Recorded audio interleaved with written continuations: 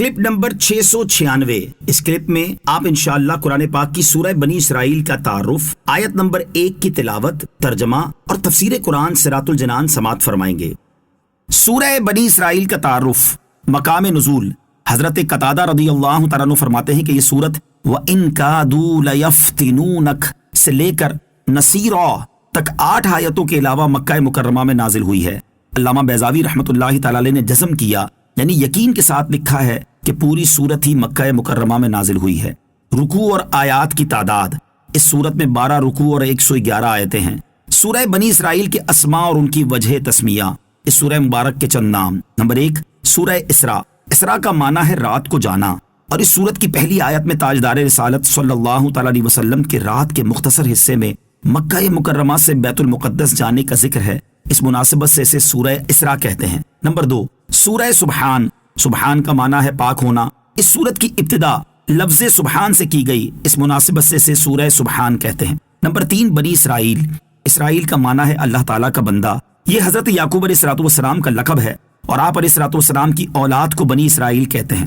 اس سورت میں بنی اسرائیل کے عروج و زوال اور عزت و ذلت کے وہ احوال بیان کیے گئے ہیں جو دیگر سورتوں میں بیان نہیں ہوئے۔ اس مناسبت سے اس سورت کو بنی اسرائیل کہتے ہیں، اور یہی اس کا مشہور نام ہے۔ سورہ بنی اسرائیل کے فضائل۔ اس سورت کے فضائل پر مشتمل 2 احادیث ملاحظہ فرمائیں۔ نمبر 1، حضرت عبداللہ ابن مسعود رضی اللہ تعالیٰ عنہ فرماتے ہیں، اور یہ بخاری شریف کی حدیث ہے، سورہ بنی اسرائیل، سورہ کہف اور سورہ مریم فصاحت و بلاغت میں انتہائی کمال کو پہنچی ہوئی ہیں، اور ایک عرصہ ہوا کہ میں نے انہیں زبانی یاد کر لیا تھا۔ نمبر 2، حضرت عائشہ صدیقہ رضی اللہ تعالی عنہا فرماتی ہیں، نبی کریم علیہ السلام اس وقت تک اپنے بستر پر نیند نہیں فرماتے تھے جب تک سورہ بنی اسرائیل اور سورہ زمر کی تلاوت نہ کر لیں۔ بسم اللہ الرحمن الرحیم۔ ترجمہ، اللہ کے نام سے شروع جو نہایت مہربان رحمت والا ہے۔ سبحان الذی اسری بعبده لیلا من المسجد الحرام الى المسجد الاقصى الذی بارکنا حوله لنریه من آیاتنا انه هو السمیع البصیر۔ ترجمہ، پاک ہے وہ ذات جس نے اپنے خاص بندے کو رات کے کچھ حصے میں مسجد حرام سے مسجد اقصی تک سیر کرائی، جس کے ارد گرد ہم نے برکتیں رکھی ہیں تاکہ ہم اسے اپنی عظیم نشانیاں دکھائیں۔ بے شک وہی سننے والا دیکھنے والا ہے۔ سبحان، پاک ہے، اس کا معنی یہ ہے کہ اللہ تعالیٰ کی ذات ہر عیب و نقص سے پاک ہے۔ حضرت طلحہ بن عبید اللہ رضی اللہ تعالی عنہ فرماتے ہیں، میں نے نبی کریم علیہ السلام سے سبحان اللہ کی تفسیر کے بارے میں دریافت کیا تو آپ علیہ السلام نے ارشاد فرمایا، ہر بری چیز سے اللہ تعالیٰ کی پاکی بیان کرنا۔ سبحان الذی، پاک ہے وہ ذات۔ اس آیت کا مفہوم یہ ہے کہ ہر کمزوری، عیب اور نقص سے خداوند قدوس کی عظیم ذات پاک ہے، جس نے اپنے خاص بندے یعنی محمد الرسول اللہ صلی اللہ علیہ وسلم کو شب معراج رات کے کچھ حصے میں مسجد حرام سے مسجد اقصی تک سیر کرائی۔ حالانکہ مسجد اقصی مکہ مکرمہ سے 30 دن سے زیادہ کی مسافت پر ہے۔ وہ مسجد اقصی جس کے ارد گرد ہم نے دینی اور دنیاوی برکتیں رکھی ہیں، اور سیر کرانے کی حکمت یہ تھی کہ اللہ عز و جل اپنے حبیب صلی اللہ تعالی علیہ وآلہ وسلم کو اپنی عظمت اور قدرت کی عظیم نشانیاں دکھانا چاہتا تھا۔ روایت ہے کہ جب سرکار دو عالم صلی اللہ تعالی علیہ وسلم شب معراج درجات عالیہ اور مراتب رفیعہ پر فائز ہوئے تو اللہ عز و جل نے خطاب فرمایا، اے محمد صلی اللہ تعالی علیہ وسلم، یہ فضیلت و شرف میں نے تمہیں کیوں عطا فرمایا؟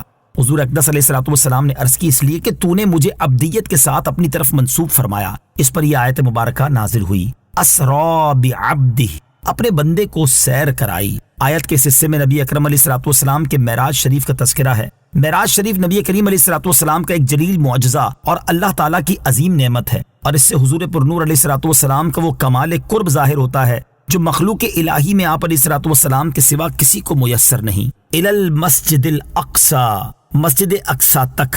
سید المرسلین علیہ السلام کو مسجد اقصی تک سیر کرانے میں ایک حکمت یہ ہے کہ تمام انبیاء و مرسلین علیہ السلام پر آپ علیہ السلام کا شرف اور فضیلت ظاہر ہو جائے، کیونکہ رسول اکرم علیہ السلام نے ان کی جگہ میں انہیں امام بن کر نماز پڑھائی، اور جسے گھر والوں پر مقدم کیا جائے اس کی شان یہ ہوتی ہے کہ وہ سلطان ہوتا ہے، کیونکہ سلطان کو اپنے علاوہ لوگوں پر مطلقاً تقدم حاصل ہے۔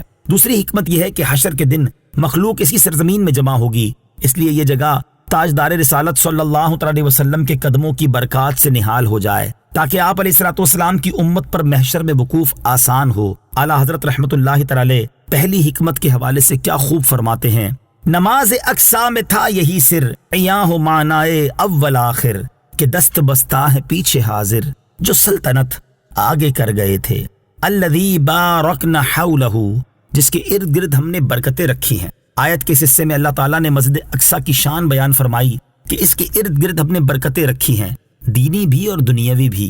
دینی برکتیں یہ کہ وہ سرزمین پاک وحی کے اترنے کی جگہ اور انبیاء علیہ الصلوۃ والسلام کی عبادت گاہ اور ان کی قیام گاہ بنی اور ان کی عبادت کا قبلہ تھی۔ دنیاوی برکتیں یہ کہ وہاں قرب و جوار میں نہروں اور درختوں کی کثرت تھی، جس سے وہ زمین سرسبز و شاداب ہے اور میووں اور پھلوں کی کثرت سے بہترین عیش و راحت کا مقام ہے۔ لِنُرِيَهُ مِنْ آیَاتِنَا، تاکہ ہم اسے اپنی عظیم نشانیاں دکھائیں۔ آیت کے اس حصے میں معراج شریف کی ایک حکمت بیان کی گئی، جس کا خلاصہ یہ ہے کہ اللہ تعالیٰ نے اپنے حبیب علیہ الصلوۃ والسلام کو رات کے کچھ حصے میں مسجد حرام سے مسجد اقصا تک سیر کرائی، تاکہ ہم انہیں اپنی قدرت کے عجائبات دکھائیں۔ علامہ علی بن محمد خازن رحمۃ اللہ تعالی فرماتے ہیں، بے شک اس رات نبی کریم علیہ الصلوۃ والسلام نے انبیاء کرام علیہ الصلوۃ والسلام کو دیکھا، انہیں نماز پڑھائی اور بڑی عظیم نشانیاں دیکھی۔ مزید فرماتے ہیں اس آیت میں من آیاتنا کے الفاظ ہیں، جن کا مطلب یہ ہے کہ کچھ نشانیاں دکھائیں، جبکہ حضرت ابراہیم علیہ الصلوۃ والسلام کے بارے میں اللہ تعالیٰ نے ارشاد فرمایا وَكَذَلِكَ نُرِي إِبْرَاهِيمَ مَلَكُوتَ السَّمَاوَاتِ وَالْأَرْضِ، اور اسی طرح ہم ابراہیم کو آسمانوں اور زمین کی عظیم سلطنت دکھاتے ہیں۔ اس آیت کے ظاہر سے ایسا لگتا ہے کہ حضرت ابراہیم علیہ الصلوۃ والسلام کو سید المرسلین صلی اللہ علیہ وسلم پر فضیلت حاصل ہے، حالانکہ ایسا نہیں، اور نہ ہی کوئی ان کی نبی کریم علیہ الصلوۃ والسلام پر اس اعتبار سے فضیلت کا قائل ہے، کیونکہ آسمانوں اور زمین کی بادشاہت بھی اللہ تعالیٰ کی تمام نہیں بلکہ بعضی نشانیاں ہیں، جبکہ اللہ تعالیٰ کی دوسری نشانیاں اس آسمان و زمین کی بادشاہت سے کہیں زیادہ اور بڑھ کر ہیں، اور اسی اعتبار سے ہم کہتے ہیں کہ اللہ تعالیٰ نے معراج کی رات اپنے حبیب علیہ الصلوۃ والسلام کو جو نشانیاں و عجائبات دکھائے وہ زمین و آسمان کی بادشاہت سے بڑھ کر ہیں۔ اس بیان سے ظاہر ہو گیا کہ حضور اقدس علیہ الصلوۃ والسلام کو حضرت ابراہیم علیہ الصلوۃ والسلام پر فضیلت حاصل ہے۔